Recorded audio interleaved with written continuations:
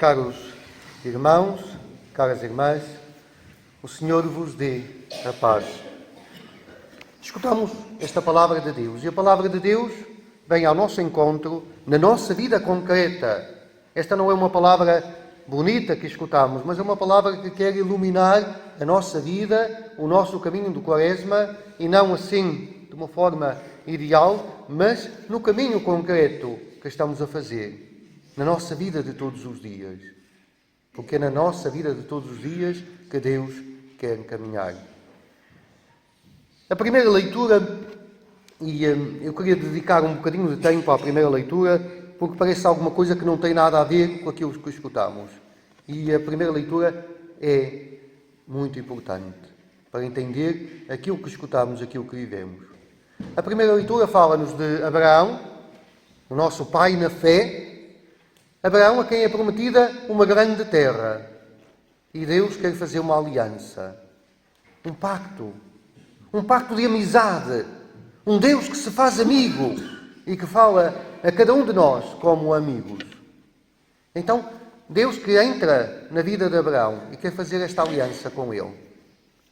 E se calhar, para nós, eu já ontem na Senhora da Esperança expliquei isto porque acho que é importante. Para nós, aquilo que aconteceu está muito longe de nós. Passa-se há 4.000 anos, por isso nós temos dificuldade em perceber. Não sei se fizeram caso.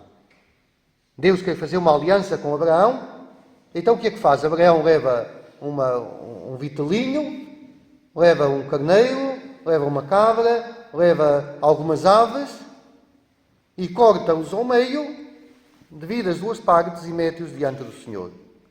O que é que isso quer dizer? Para nós, nada.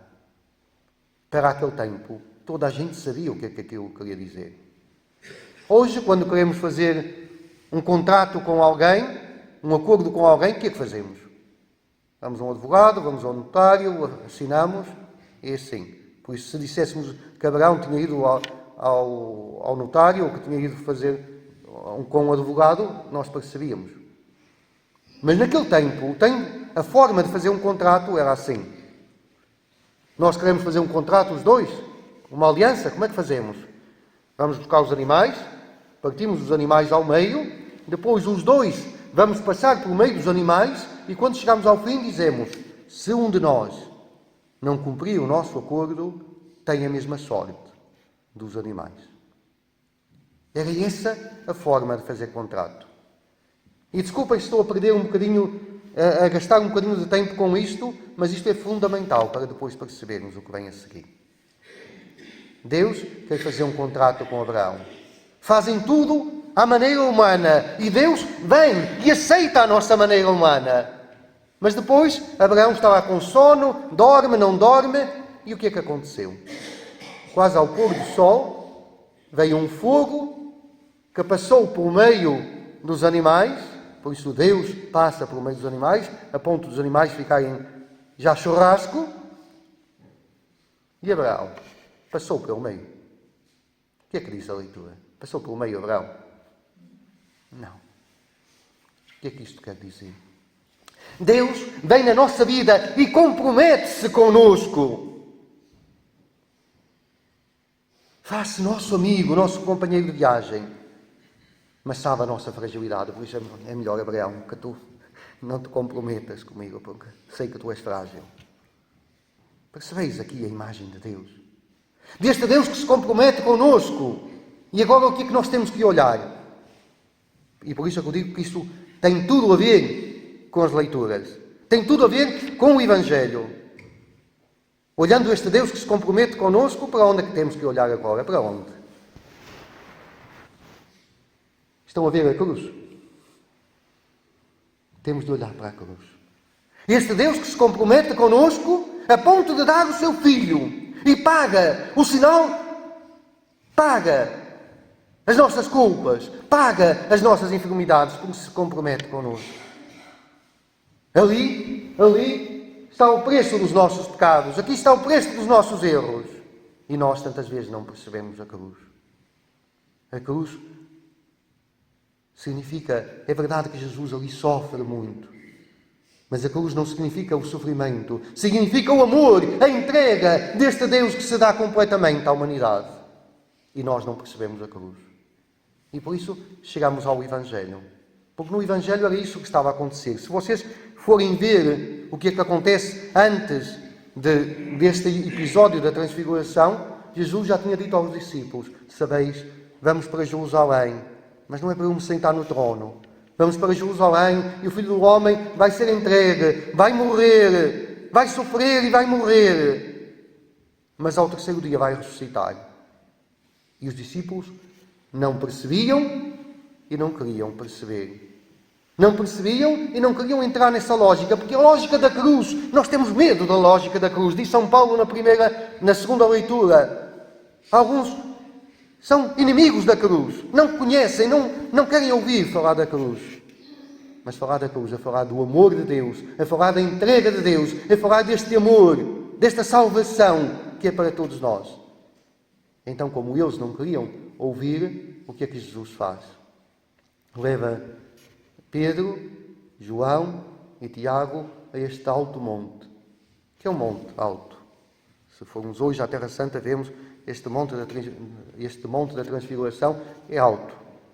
Eu subi-o a pé e quando chega lá em cima, chega-se cansado. E neste monte,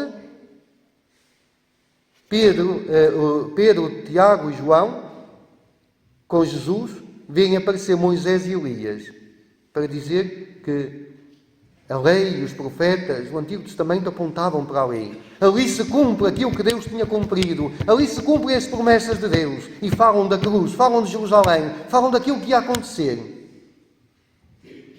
Então, quando Pedro vê aquela beleza, quando vê como aquilo é bonito, diz ao Senhor: vamos ficar aqui. Aqui é que se está bem.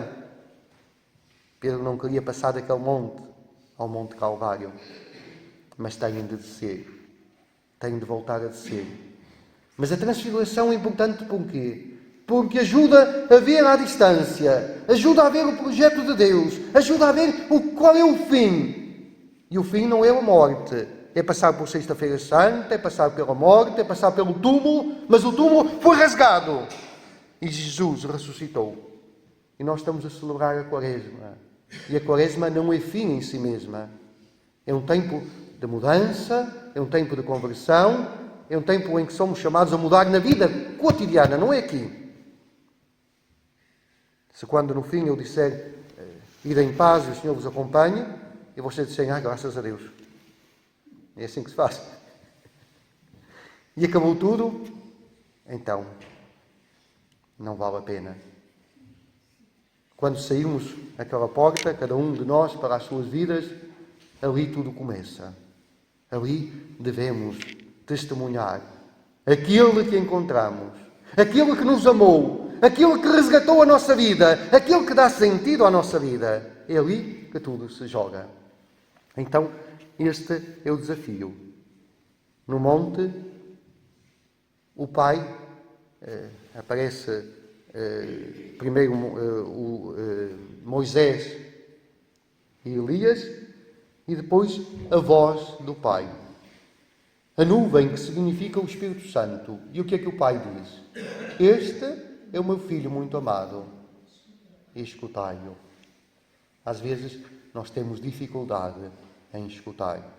E o Pai mostra a glória, mostra aquilo que diz São Paulo na segunda leitura. Cristo virá também a nós para transformar as nossas vidas. Não fomos criados, não viemos à vida para viver aqui uma vida com altos e baixos, com dificuldades e depois acaba ali em cima. Acaba ali em cima no cemitério. Não fomos criados para isso, mas para a vida eterna. Seremos transformados e teremos a vida eterna. É esse o sentido da nossa vida. Então, escutai-o. Quando Ele vos fala da cruz, quando Ele vos fala das dificuldades, quando Ele diz que vamos para Jerusalém, mas que depois ressuscitará, escutai-o. Escutai-o. Escutai a palavra de Deus, porque se não o escutamos, fazemos tantas coisas. Mas se a nossa fé não é alicerçada ali, na morte, e na ressurreição de Cristo, que fé é que nós temos? Eu costumo contar sempre uma história. E hoje queria-vos contar uma história. Havia um dia uma senhora que trabalhava naqueles tapetes tipo arraiolos. Estão a ver o que é? Aqueles tapetes que são muito bonitos, têm aqueles desenhos muito bonitos, tudo muito bonito, mas sabeis como é que são feitos. De um lado é muito bonito, do outro lado aquilo é só fitas. É muito feio. Então havia esta senhora que trabalhava nesses tapetes e tinha um filhito pequenino. Não é como o Luís, era mais pequenino. E ele andava lá assim a gatanhar pelo chão e a mãe estava em cima a trabalhar nos tapetes. E o miúdo via sempre a mãe ali a trabalhar, e ele olhava assim de baixo para cima, e o que é que ele via? O tapete do avesso. E dizia: ai, a minha mãe é muito boa, mas não sei o que ela faz. Isto não tem jeito nenhum, o que é que ela faz? Coisas tão feias. Que coisas tão feias ela faz? E continuava a ver aquilo do avesso. E dizia: por que é que ela está a perder tempo a fazer estas coisas tão feias? Um dia, a mãe agarrou no filho nos braços, levantou-o e mostrou-lhe o tapete do outro lado. Então ali ele percebeu um desenho tão bonito. E eu disse: ai, a minha mãe faz coisas tão bonitas. Mas teve que ser levantado para ver o tapete do outro lado. Irmãos e irmãs, a transfiguração é isso. A transfiguração de Jesus é isso. É Deus que eleva estes discípulos para verem do outro lado e para dizerem, mesmo quando parece que não faz sentido, é porque vocês estão a ver de baixo para cima. Mas Deus quer vos elevar para verem de cima para baixo e verem que tudo faz sentido. Verem que mesmo aquelas pontas que estão ali esticadas estão a construir um desenho bonito. É este o sentido da transfiguração. E também nós, na nossa vida, somos chamados a deixar-nos transfigurar às vezes. Somos chamados a olhar e a Eucaristia, estar na missa às vezes é isso. É tentar olhar como vê Deus, de cima para baixo, para dizer: a minha vida às vezes parece um vale de lágrimas, parece que nada faz sentido, mas Deus está a construir algo bonito, uma história bonita na minha vida, porque eu confio em Deus, porque Ele compromete-se comigo como se comprometeu com Abraão. Então vamos pedir ao Senhor que nos ajude a viver assim esta Quaresma, a olhar para a nossa vida com um sentido diferente, porque vamos passar por uma Quaresma longa, vamos passar por uma Sexta-feira Santa, vamos passar pelo túmulo de Jesus, mas sabemos que no fim, o que é que está? A Páscoa da ressurreição. É isso que dá sentido à nossa vida. Porque assim, como disse São Paulo na segunda leitura, assim como Ele morreu e ressuscitou, dá uma nova esperança às nossas vidas. Então que este tempo de Quaresma seja para renovar as nossas vidas à luz da Páscoa do Senhor.